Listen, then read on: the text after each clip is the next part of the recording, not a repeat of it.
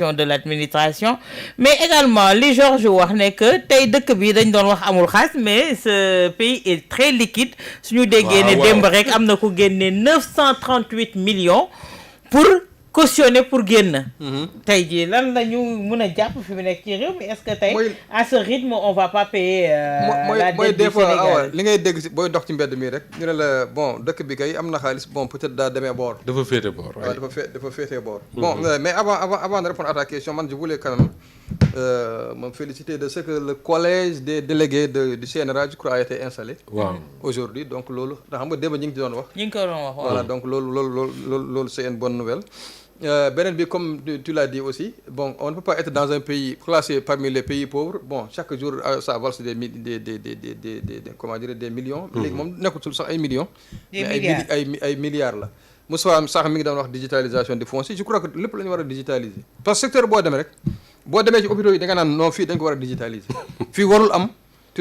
les gens ne doivent pas les malades ne doivent pas avoir de contact avec ñi nga xam ne moom mooy médecins yi infirmiers wala yooyu boo demee service des mines tu dis que non fii aussi war nañ fi digitaliser donc lépp la ñu war a digitaliser de sorte à ce que li ñuy naan dématérialisation des procédures mu doon réalité parce que da nga koy dégg rek ci discours yi séminaires yi bu ñu paree taxañ bon pare nañ ci jàll ci leneen man je sais pas pourquoi le Sénégal devrait constituer une exception ñun nous ne sommes pas le seul pays qui fait des changements de régime ay France ay États-Unis dañuy def ay changements de régime Joe Biden day nekkatul président waaye ba léegi dëgguma moom ñu topp ko wala kenn ci gouvernement am ñu ne dafa jël lii wala dafa jël lële wala ñu jiñ leen sax kii nga xam ne moom mooy François Hollande nekkoon na président ba léegi nii mi ngi doxandu comme ni mu ko neexee ci France ba dem na sax ba nekkaat député mi ngi assemblée dañ koy invité partout ci plateau yi dégguma de en tout cas mosuma dégg foo xam ne nee nañu dañ ko impliqué wala ay ñoñam ñu impliqué leen ci mbiru détournement de deniers publics ki nga xam ne rek moo ci amoon exception te kooku booy Sarkozy mais nekkul lu mu laale ak le comment dirais-je l'argent des Français waaw donc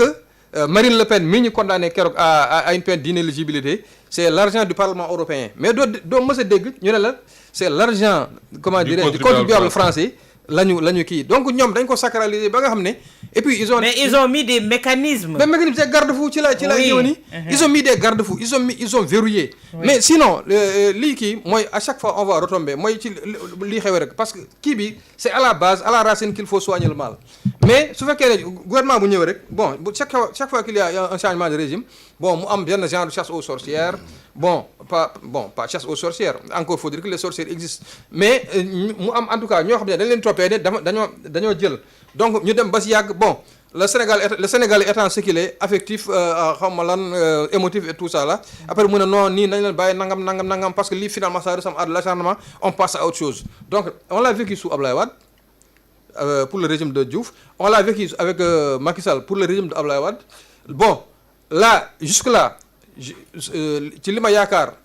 man li ma gis en tout cas d'après ce que j'ai vu et bi ma déggee keroog les procureurs la ñu def seen point de presse je me dis que bon peut-être que là la justice est en train de faire son travail comme ni mu waree te politique dugg ci loxam te loolu tant que mi ngi am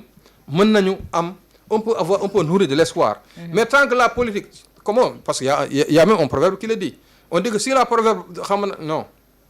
si la politique entre au tribunal par la porte le droit sort par la fenêtre donc lii daal li ñu jël ni nañ ko bàyyi ñuy doxalee ni Moustapha sax li nga doon kii noonu daf may rappeler benn kii boo xam ne source a moo ko génnee tey y a un gars boo xam ne kii c'est un góorgóorlu fâché comme tout le monde comme nous tous koo xam ne mi ngi il a même hérité d'un atelier de tailleur de son papa xaw ma de son grand frère moom ci loolu la nekk di taaba nee na fi mu nekk nii moom son petit atelier dafa may arriéré de kii de location voilà on l'appelle pour lui dire que yow tu as acheté xam nga lan un terrain xam nga lan à littoral Guédiawaye xam nga ñaata à combien de millions mu ne mais man je cours derrière man sama atelier bi je peux même pas payer exactement il a été mis sous mandat de source a moo ko révélé non ñooñu kooku dafa mooy le Abdou Aziz Kane il fait partie du c'est l'ami du frère de Farba voilà ci atelier am lañ ko fekk ñu àndandoo kii xam nga y a beaucoup de non-dits ci dossier yu bëri les prête-noms et entre autres y a des prête-noms mais y a aussi des gens yoo xam ne qui sont allés prendre les noms d'autrui mooy li Moustapha doon wax sànq bon dañuy ñëw sa kër ne la bon yooyu daal vraiment da nga sonn gis na ne vraiment nangam dugg na fi jaar na fële léegi amène ta pièce d'identité parce que dañ la war a utal benn financement DER mais tu sautes sur l'occasion waxuma la sax pièce d'identité waxuma benn pièce d'identité mais pièce waa kër gi yëpp lay buub jox leen ko léegi nag yow boo demee nag loo ciy def parce que man je me dis bon j'essaie en tout cas de croire à ce gars-là qui est dans un petit atelier de tailleur boo xam ne yëgul tinul ba ñu woo ko ne ko tu es le candidat à l'achat d'un terrain sur le littoral kooku ne la man j'ai même des arriérés de location pour mon petit c'est la même histoire qui est racontée dans l'affaire Amadou Sall ak Abdou Karim Mbacké man maa ngi koy wax démb encore une fois Abdou Karim Mbacké man je lui ai parlé au téléphone mais qu'est-ce que lan la lay expliquer que ni moom xaritu Amadou Sall xaritam comme li nga wax nii rek un beau jour nee na mu ànd ak Amadou ne ko jox ma sa carte d'identité mu jël carte d'identité am jox ko ñu dugg ci benn local fekk fa jigéen ju yor bureau comme Awa Diom Ndiaye mu toog ci bureau rek ñu toog Amadou làkk ko keneen ki mu tontu ko ñu làkkante comme moom jàngul li ñuy wax xam naa français la ñuy wax wala leneen jàng ko mu taxaw di xool ba pare ñu présenté ko ay documents ne ko na signé il a signé et bi mu signé dafa jàpp ne moom ci li mu wax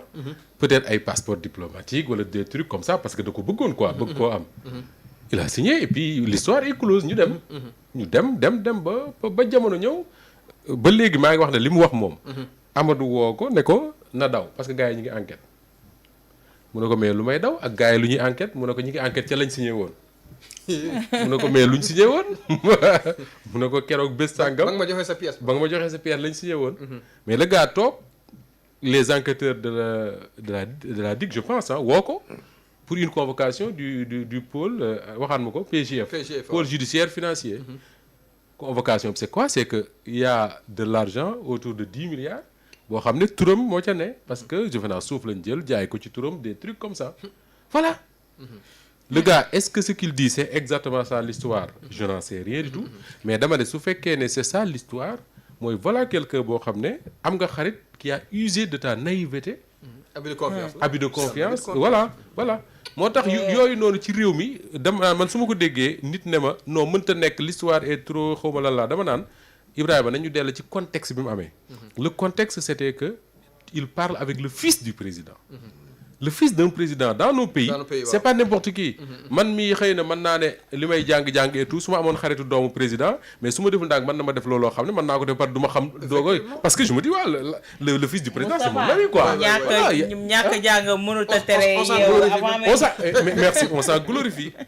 ma ne ko ñàkk jàng taxut a yeewu te xam nañ ñu suñu mbokk bool ba dañoo yeewu lool mais ñoom dañoo li rek lay wax souvent que fii les régimes Sénégal les régimes passent se succèdent mais ils n'apprennent rien des leçons du passé. Oui. Parce que Macky Sall bi mu fa nekkee ba ñëw lu mu njëkk a def mooy tëj doomu Ablaye Wade yaakaar naa ne il allait s'arranger ba doomam nekk yow de amago ça veut dire que doomam à l'époque bu mu fi nekkee bu amoon l'âge peut-être d'être ministre il serait peut-être premier ministre. Ouais. En tout cas ou bien il aurait des responsabilités yu nga xam ne Karim yoroon na ko fi Sénégal. mais Georges. dañuy wax ci wàllu prête-nom yi bu ñu fàttaliku le président Diomaye bi muy njëkk a wax bokk na ci dans ses premiers discours moom moo di ne de dénoncer les prête-noms de ce fait kon ñoom am nañ ci lu leer nañu ne les prête-noms là prête-noms yi fi mu nekk nii ñoom ñooy yore bagage yi doomu Macky Sall du dem tey di si yenn affaires yoo xam ne ay njuuj njaaj la bàyyi fa turam comme Amadou Sall laa tudd il va s'accompagner ak keneen koo xam ne bu ñu waxee turam sera une banale personne boo xam ne police bu taseeg moom sax du kii yow am na beaucoup de trucs yuy pull ay affaires business yuy pull fii à Dakar mais c'est des gens qui sont derrière ça waxoon nañ fii am na benn waaye bu doon louer ay des véhicules de luxe à hauteur de combien de milliards Mohamedan mais kooku looloo ko dal certainement y a quelqu'un qui est derrière ça moo doon louer et qui était le client c'est l'État xam nga loolu moom c'est-à-dire que ça c'était. il est toujours en prison hein. Oui, parce que yow boo ak Khadim Ba ñoo ñëpp ils sont en prison. Oui, parce que bon boo waxee ne état chaque fois yow moom mooy sa premier client yow mi Ibrahima. état mooy client bi gën a wóor nag. moo gën a wóor yow Ibrahima boo demee ñu ne la dama soxla benn 4x4 boo xam ne 8-8 la dama bëgg dem xaw ma Fuuta xaw ma fan boo fa bàyyi bu la nee bon il faut mu donner 100 millions pour mu jox la ko. mënoo si wax dara. Il est même interdit à un particulier de demander une garantie à l'État. Tellement que l'État est solvable. L'État il n'est jamais en faillite. oui non. waaw toujours am na lu mu fayee. waaw toujours. ah oui non l'État kay mais moo tax par exemple les borom kër yi nga xam ne ñooy loué par exemple à certains démembrements de l'État. waaw Les maisons conventionnelles. mais am na justement am na génn kër gu état bi loué woon luyeel ko une institution une des plus grandes institutions de ce pays ñu nekk fa mais kër gi xam nga état bi ñaata lañu fay location par weer 13 millions.